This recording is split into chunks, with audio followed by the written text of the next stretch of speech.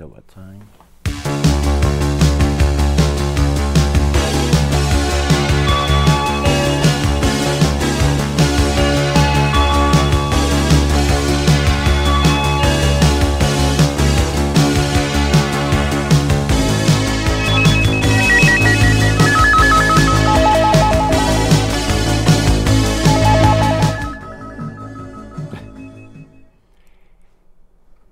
Got me. Hi, everybody. Welcome to the show. Hello, hello, hello. Okay, one, two quick announcements. We're going to get right into reviews, and I got a lot of coverage to do, okay? One quick announcement. What happened to the YouTube shows? I had a bad technical problem, and we're trying to fix that. So I still need to put up 2 shows, and including this one. So hopefully all 3 shows will premiere on YouTube. Mainly because I got to get that going because I don't know if I'll be doing another show in November. That's kind of iffy. Okay, 2 weeks. You see this as a repeat. That means I'm not doing a show because I got to do a lot of work in the studio to work on this original music, soundtrack, all this stuff. Anyway, more on that probably in December. There will be 2 shows in December for sure, so we can talk about Star Wars. Okay, because it's nothing much else. I mean, in 2 weeks, what we got? Midway, which is a remake from a movie that was called Midway back in the 70s. Okay, all-star cast with. Oh, I forget. Who was it? Ben-Hur himself. What was his name? Anyway.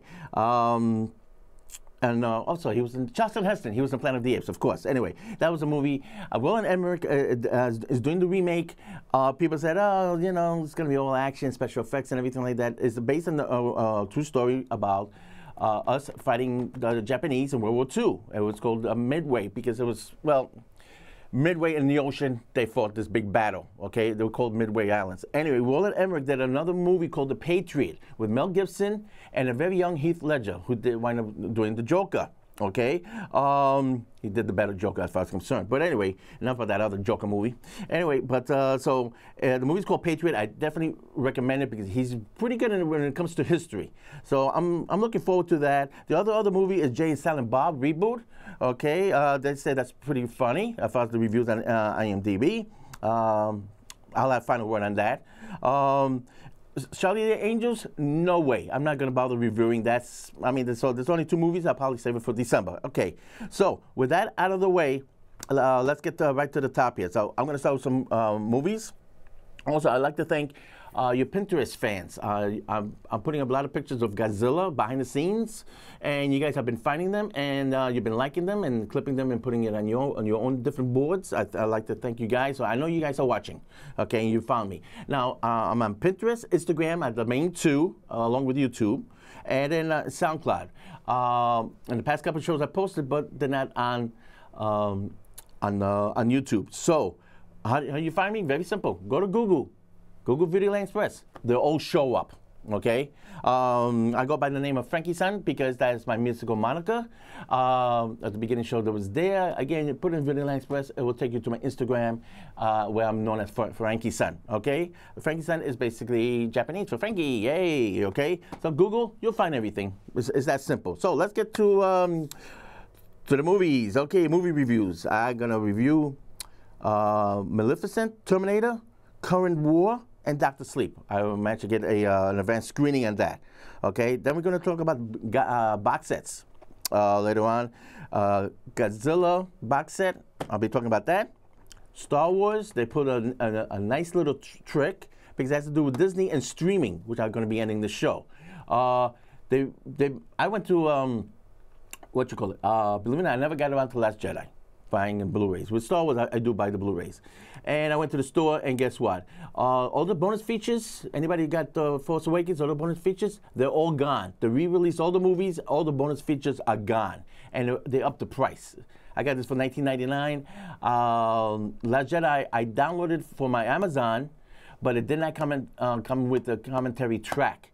It came with an optional trivia track that plays alongside of the movie. You know, click a button and then all the trivia shows up what movie's playing, which I kind of like, but I wanted to hear the director's commentary. I figured the movie's so bad, that's the one Blu-ray I didn't get around to. I said, well, I do want to get that commentary. I at least hear the commentary, which I did, but I want to keep it for my own files. because my friend had a copy of it. So we listened to it. I said, I should get that for my collection, you know, because who are we kidding? Good or bad, we own it, and we're going to see the last chapter, right? $24.99, all the bonus features are gone. You have to download the movie, you buy the physical Blu-ray, then you have to download it on, what is it, Movies to Go, Movies Everywhere, the new app, and all the streaming content is there. Now, are they going to do that? Well, I was going to save it for later, so I'm going to roll. Let me do it now. Bambi, here's a good example, Platinum Edition. And this has 2 discs, has a bunch of bonus features, the making of, and everything like that. And with a booklet, are they going to put this down on a streaming site? I mean, they're doing it with Star Wars. You want that download content, you have to go and download the video to go. Now, Disney is putting practically the whole catalog on the streaming service. What are they going to do with the bonus features? Be nice if they put the bonus features on, you know.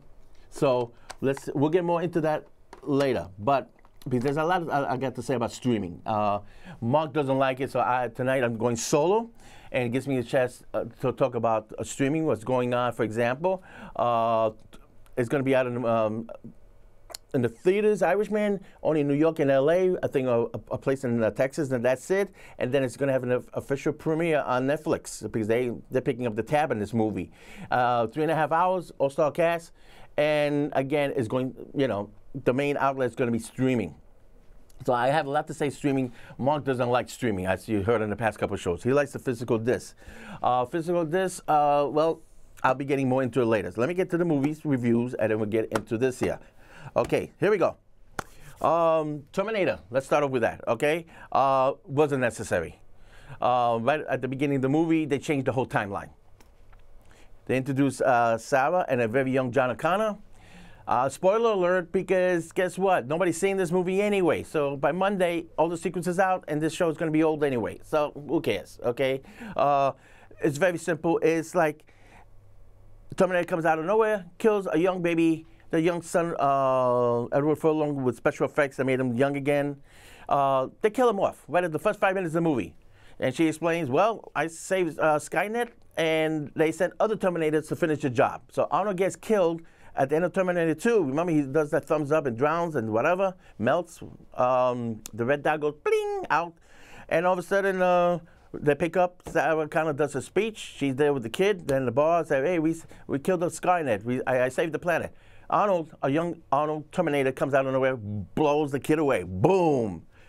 Terminator, Dark Fate. Oh, great way to start a movie. First 5 minutes, they wipe the whole history out and they redo everything. So here's an older Sarah Connor, and basically what she's doing is she's killing Terminators because apparently Skynet didn't trust that one Terminator, and the other Terminator that trusts aluminum. This one turns into like black oil, molasses, something like that. I don't know, corn syrup.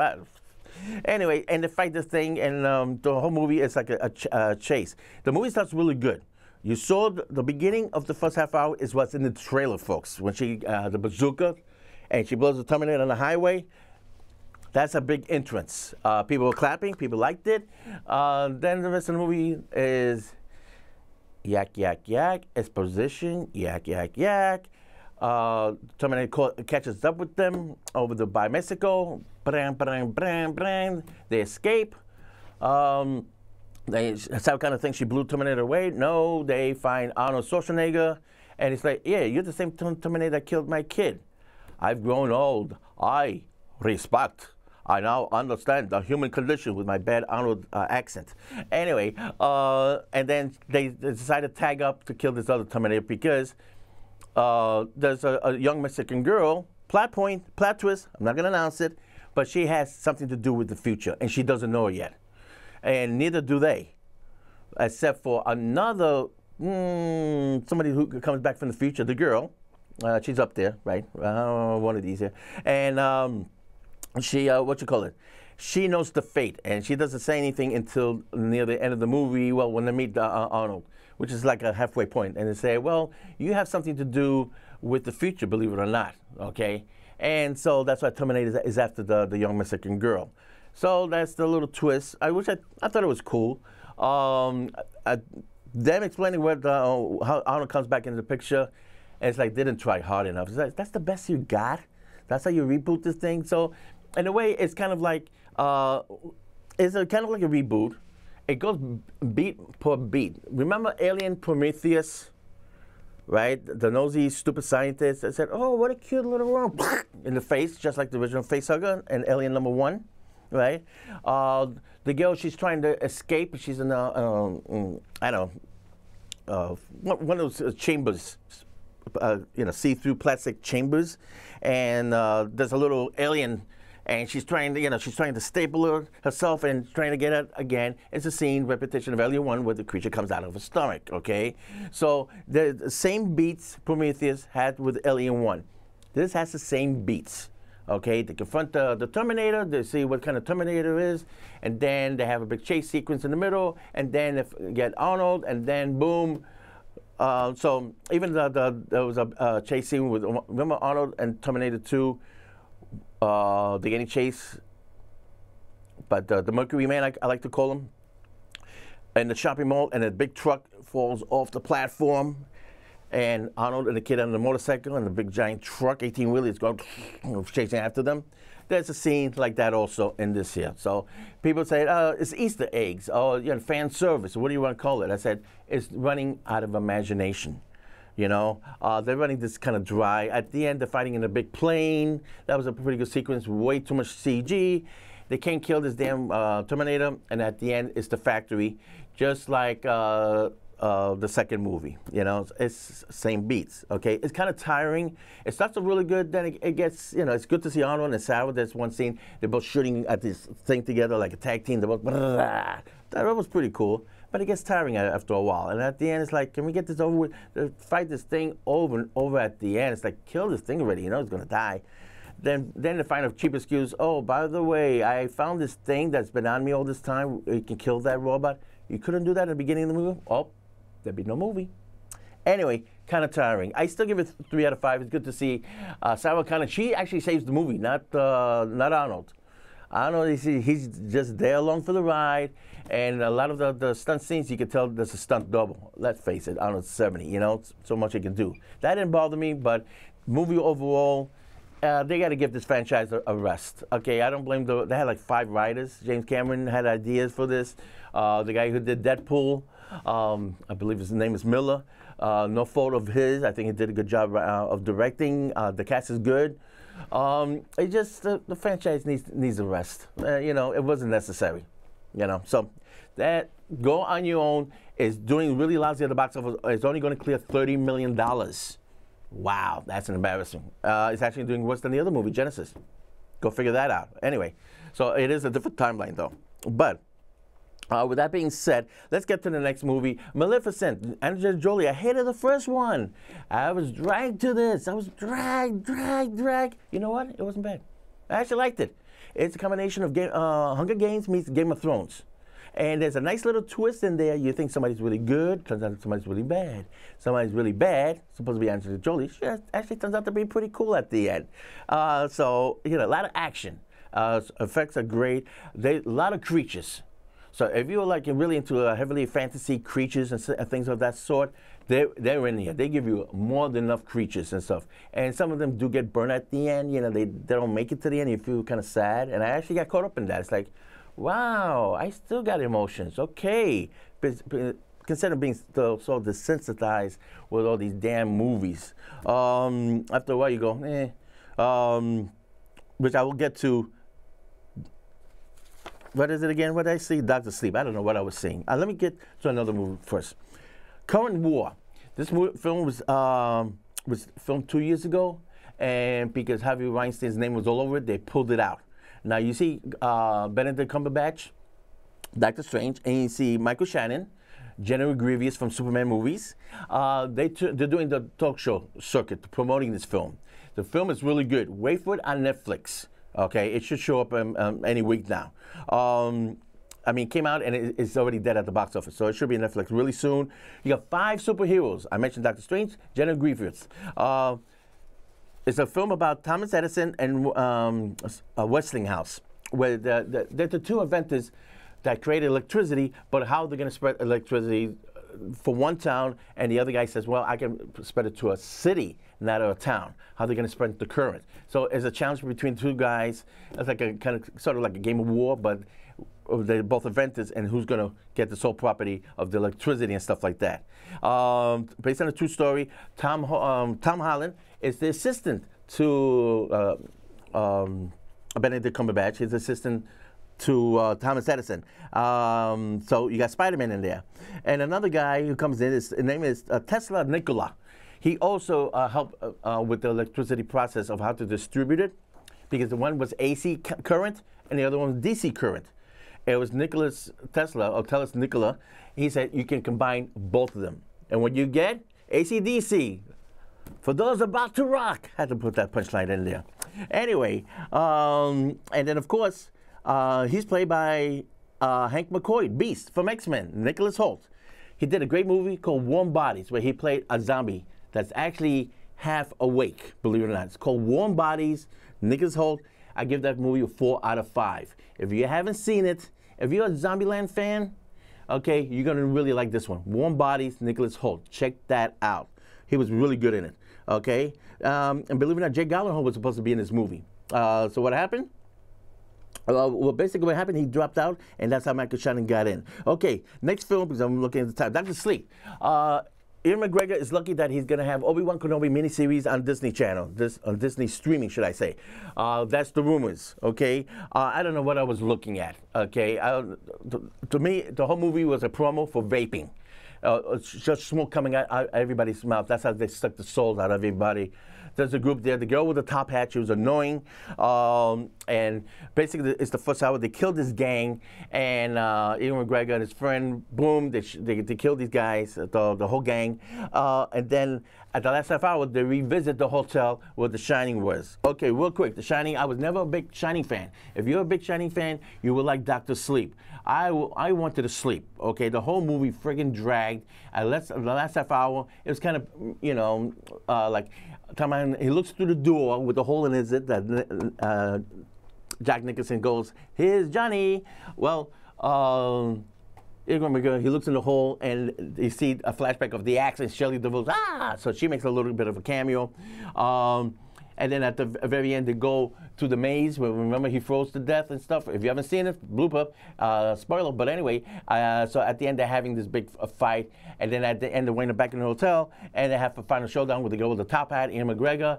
Boring. I don't know what I was looking at. I could tell you what I did see, but I couldn't make heads and tails out of it. I'll be honest with you. I was just not into. I just phased right out. Okay, but I did see the movie. I told you there's a showdown between the girl and the top hat, and in that case, it has to do with the axe again, and the other souls that come out, and they suck the soul out of her, blah, blah, blah, blah, blah. Anyway, box sets. Okay, this box set, what was in the box set? I thought I wrote it down. Okay, by memory. The box set got re-released. 2001 Clockwork Orange, Eyes Wide Shut, Full Metal Jacket, and The Shining. These were double discs, the whole commentaries, and they had a lot of bonus features. It is on Blu-ray. One final note, 20 minutes of the original theatrical release was not included in this, and neither it didn't make it to the Blu-ray. There's 20 minutes edited out of the show. Basically, they showed the TV version of it. That's what made on this here, the DVD box set, and that's what went down on the Blu-ray box set. So beware, you're missing 20 minutes, okay? I don't know how that happened, whatever. One thing, A Life in Pictures by Stanley Kubrick would show, you know, snippets of all the movies. Like Barry Lyndon was not included in the set because of copyright, something with Warner's, I don't know what the hell.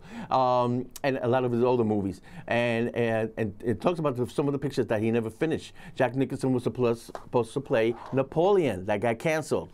You know that Steven Spielberg did AI. That was supposed to be for, you know, Stanley Kubrick was supposed to direct that. And he was on his deathbed and told Steven, do me a favor, can you do the movie for me? So you see all snippets in that excellent documentary that's in the box set, or should I say, in the Blu-ray collection, okay?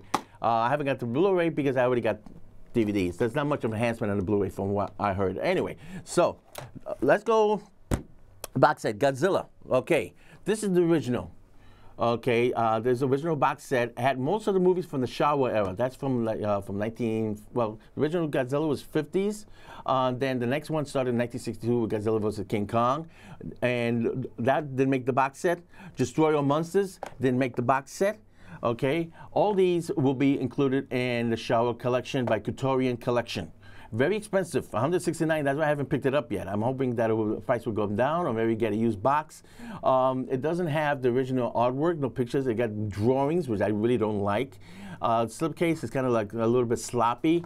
I mean, this is really cool because over here, you know, it got some graphics and everything like that. It's stills from the movie, and the back here, you know.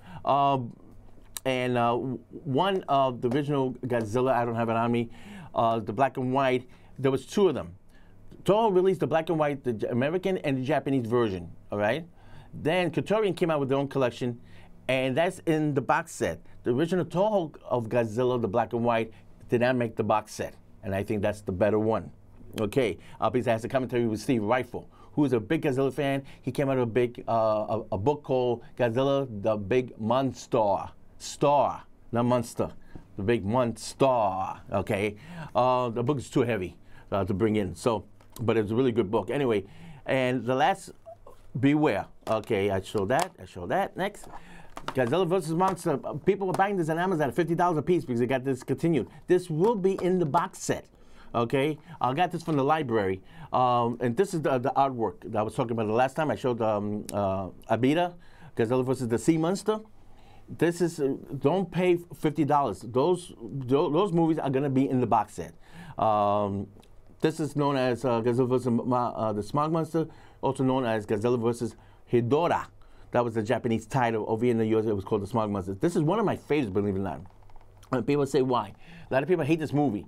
This is one of the few movies where the creature transformed into three different types.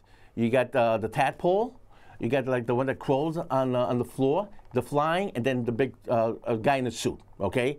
The other movie, a personal favorite, is Godzilla vs. Oxygen. Oxygen Monster actually is known as Destroyer. Okay, Godzilla vs. Destroyer. That's when Godzilla dies at the end because he's going to go firebomb, you know, he's overheating, which they did in the new Godzilla movie versus a Destroyer. And Destroyer, that was released 1990 something. He turns into different forms. First, he's like a crab thing. Then he's a big crab thing. Then he's a flying crab thingy, and then he turns into the guy in the suit.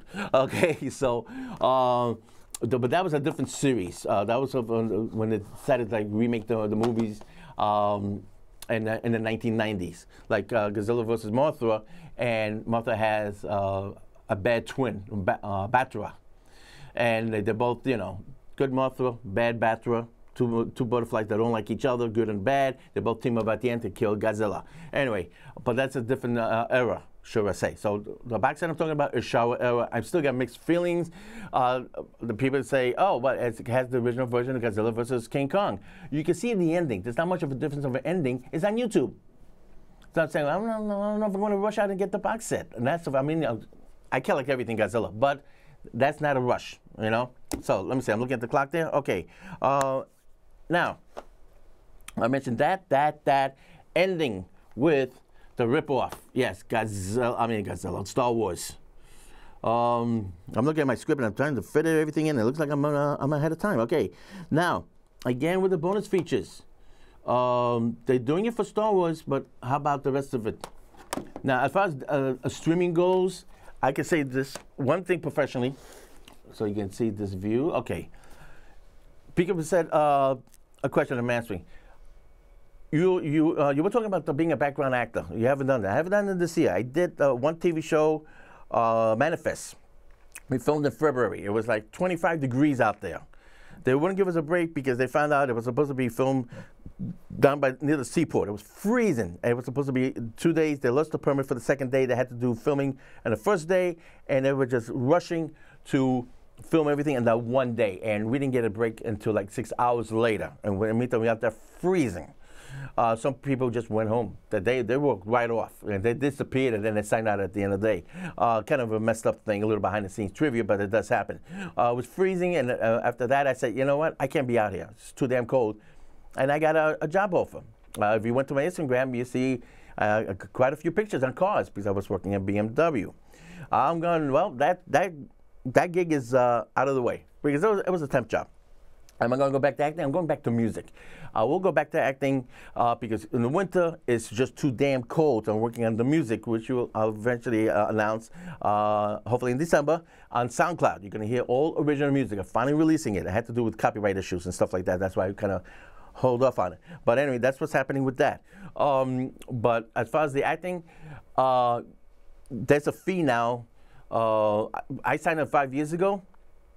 I don't know how they do it now. It's just a little bit harder, but it is possible.